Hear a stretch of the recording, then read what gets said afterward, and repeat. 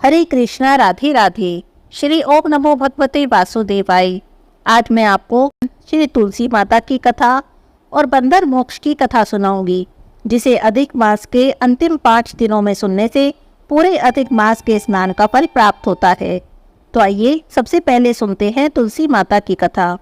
बोलिए तुलसी माता की जय हो। किसी गांव में एक बुढ़िया माई रहती थी। बुढ़िया माई तुलसी जी की सेवा किया करती थी। रोज सुबह उठती, स्नान करती, भगवान विष्णु के मंदिर में जाती, पूजा पाठ करके लौटते समय तुलसी माता की पूजा करती, तुलसी माता को जल से सींचती, परिक्रमा करती और प्रार्थना करती। बुढ़िया माई तुलसी माता से रोज कहती, हे तुलसी माता, सत की दाता, मैं तेरा बिरवा सींचती हूँ, मुझे बहू दे, पीले रंग की धोती दे, मीठा ग्रास दे, वैकुंठ में वास दे, अच्छी मौत दे, चंदन का काठ दे, अच्छा राज दे, खाने को दाल भात दे, 11 का दिन दे और श्री कृष्ण का कांधा दे। बुढ़िया माई की ये सब बातें सुनकर तुलसी माता सूखने लगी। तुलसी माता को इस तरह से सूखते देखकर भगवान ने पूछा, तुलसी देवी, तुम दिन प्रतिदिन क्यों सूखती जा रही हो?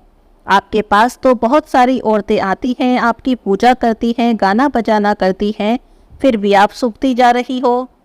तब तुलसी माता कहने लगी, भगवान, बस मेरे मन की मत पूछो। तब भगवान कहने लगे, देवी, मैं नहीं पूछूंगा तो कौन पूछेगा? तब तुलसी माता कहने लगी कि और सब तो ठीक है, एक बुढ़िया माई आती है और इतनी बात कहकर चली जाती है, और मैं उसकी सभी बातें पूरी कर दूंगी, लेकिन आप कृष्ण जी का कांधा कहाँ से लाऊंगी? तब भगवान कृष्ण कहते हैं कि जब वह मरेगी तो मैं अपने आप ही कांधा देने आ जाऊंगा, तुम बुढ़िया माई से ये मेरी बात कह देना। एक दिन बुढ़िया माई मंदिर से वापस आ रही थी। ठोकर लगी तो गिर गई, वहीं पर मर गई। उसे गिरा देखकर सब लोग उसे उठाने लगे, लेकिन बुढ़िया माई तो इतनी भारी हो गई कि 3, 4, 5 आदमी मिलकर भी उसे नहीं उठा रहे थे। बुढ़िया माई के मरने पर सब लोग कहने लगे कि अरे, ये तो बहुत संस्कारी थी, बहुत पूजा पाठ करती थी, कभी कोई पाप भी नहीं करती थी, फिर इतनी भारी कैसे हो गई है? तब ब्राह्मण का वेश बनाकर भगवान वहां आए और कहने लगे कि भीड़ कैसी लगा रखी है। तब गांव वाले कहने लगे, एक बुढ़िया मर गई है, इतनी पापनी थी कि उसकी अर्थी भी नहीं उठ रही, बहुत भारी हो गई है। तब भगवान कहने लगे, लाओ मुझे देखने दो। तब सब लोग हंसने लगे कि हमने तो करके देख ली, चल तू भी अपने मन की कर ले।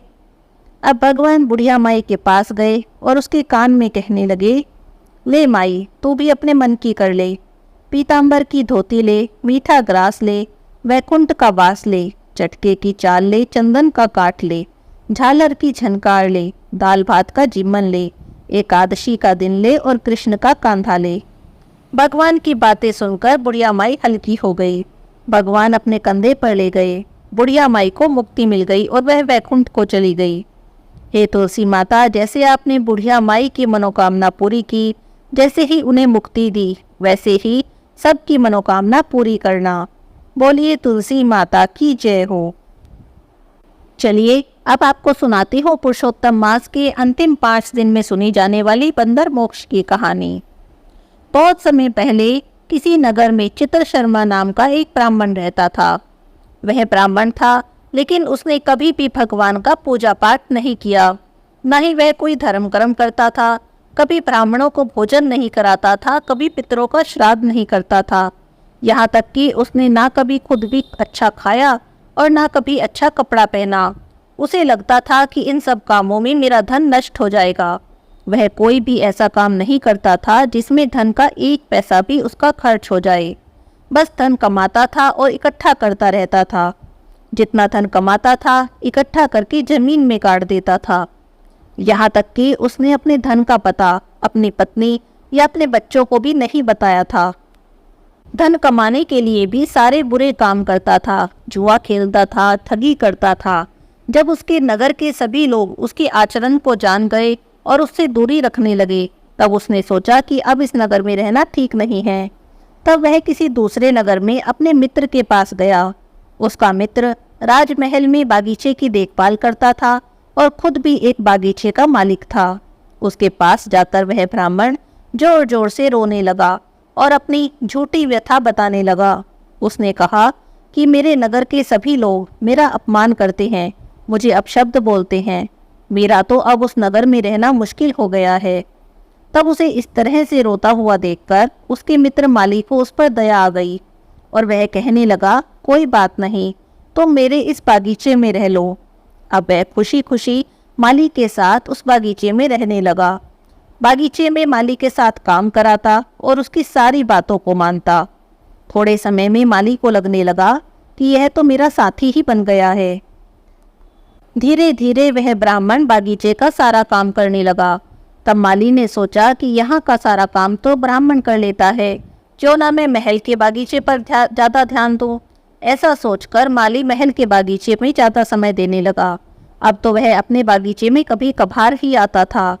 उधर वह ब्राह्मण बागीचे का अपनी इच्छा के अनुसार उपभोग करने लगा। वहाँ पर मीठे फलों को खाता और जितने फल उसके खाने के बाद बच जाते उन्हें बेच देता और बेचने से जो पैसे मिलते उन्हें भी अपने ही पास रख लेता। कभी कभार जब माली बागीचे में आता तो उससे पूछता कि यहाँ के फल कहाँ गए हैं, क्या तुमने बेच दिए? तब वह ब्राह्मण उससे झूठ बोल देता और कहता कि नहीं, मैं फलों को नहीं बेचता हूँ, मैं तो नगर नगर में भिक्षा मांगकर अपना भोजन प्राप्त करता हूँ और तुम्हारे बागीचे की देखभाल करता हूँ। यहाँ पर बाहर से पक्षी आते हैं और सभी फलों को खा जाते हैं। देखो, मैंने कुछ पक्षियों को मारा भी है। ऐसा कहकर उसने कुछ पक्षियों के पंख और मांस के टुकड़े दिखाए। यह सब देखकर माली को उसकी बातों पर विश्वास हो गया। अब किया भी क्या जा सकता था। ऐसा सोचकर माली वहां से चला गया। ब्राह्मण को उस बागीचे में रहते रहते 87 साल बीत गए।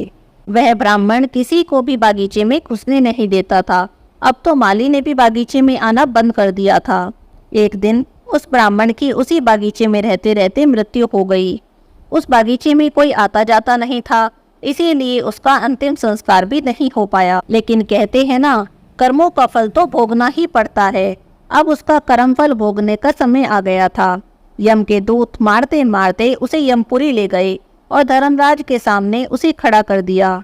जब उसके कर्मों का लेखा जोखा चित्रगुप्त ने देखा तो देखा इसने अपने पूरे जीवन काल में कोई भी पुण्य का काम नहीं किया है। चित्रगुप्त ने धर्मराज जी को बताया कि हे महाराज, इसने अपने पूरे जीवन में सिर्फ पाप ही पाप किए हैं।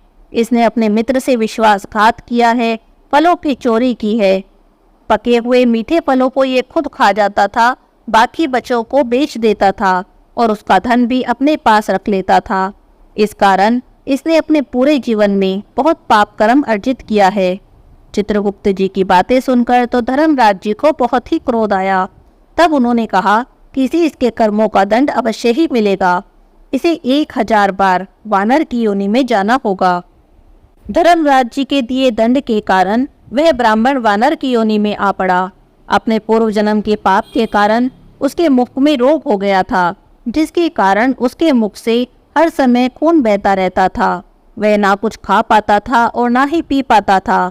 पीड़ा के कारण एक जगह चैन से बैठ भी नहीं सकता था। एक पेड़ से दूसरे पेड़ पर मारा मारा फिरता था। मीठे फलों को देखकर तोड़ लेता, खाने की कोशिश करता, लेकिन जब नहीं खा पाता तब उन्हें गुस्से में आकर जमीन पर फेंक देता। एक दिन की बात है, इसी तरह एक पेड़ से दूसरे पेड़ पर छलांगे लगा रहा था, लेकिन बहुत दिनों से कुछ खाया पिया भी नहीं था। शरीर कमजोर हो गया था। इसी कारण पेड़ के पास बने तालाब में गिर पड़ा। तालाब में गिरकर छटपटाने लगा, परंतु शरीर में शक्ति न होने के कारण उस तालाब से नहीं निकल पाया। ऐसे ही तालाब में पड़े पड़े उसको 4 दिन बीत गए। 5वें दिन उसकी मृत्यु हो गई। मृत्यु के बाद उसने वानर की देह को छोड़ दिया और एक दिव्य देह को धारण कर लिया। तभी उसने सामने से एक सुंदर विमान को आते देखा। उस विमान में भगवान के पार्षद बैठे थे। तब भी भगवान के पार्षद उसे अपने साथ चलने को कहने लगे। तब वह वानर सोचने लगा कि ये सब मुझे किस कर्म के कारण प्राप्त हो रहा है। ऐसा मैंने कौन सा पुण्य किया है जो मुझे इस तरह भगवान के धाम जाने का मौका मिल रहा है। अभी वो सोच ही रहा था कि भगवान के पार्षद उसके मन की बात को जान गए और कहने लगे, हे पुण्यशाली, आपने श्री पुरुषोत्तम मास में मुख में रोग होने के कारण कुछ भी खाया या पिया नहीं है। श्री पुरुषोत्तम मास का पूरा निराहारी व्रत किया है और अंतिम 5 दिनों में इस तालाब में पड़े रहने के कारण आपने अधिक मास के अंतिम 5 दिनों का स्नान भी किया है। मुख में रोग होने के कारण आप फलों को तोड़ते थे, लेकिन उन्हें खा ना पाने के कारण जमीन पर फेंक देते थे। इसी कारण उन फलों से अन्य पशु पक्षी और मनुष्य तृप्त होते थे। इसी से अनजाने में आपके हाथों से परोपकार भी हो गया। अनजाने में किए श्री पुरुषोत्तम मास के स्नान और निराहारी व्रत के कारण आपका इतना पुण्य हो गया है कि हम आपको भगवान के धाम ले जाने के लिए आए हैं। इस तरह से श्री पुरुषोत्तम मास के मातम्य को सुनाते हुए वे भगवान के पार्षद उसे लेकर गोलोक धाम को चले गए। अनजाने में ही हुए श्री पुरुषोत्तम मास के स्नान और व्रत के कारण बंदर को मोक्ष प्राप्त हो गया और वह भगवान के गोलोक धाम को प्राप्त हुआ, जहाँ पर जाने के लिए साधु संत भी हजारों हजारों वर्षों तक तपस्या करते हैं।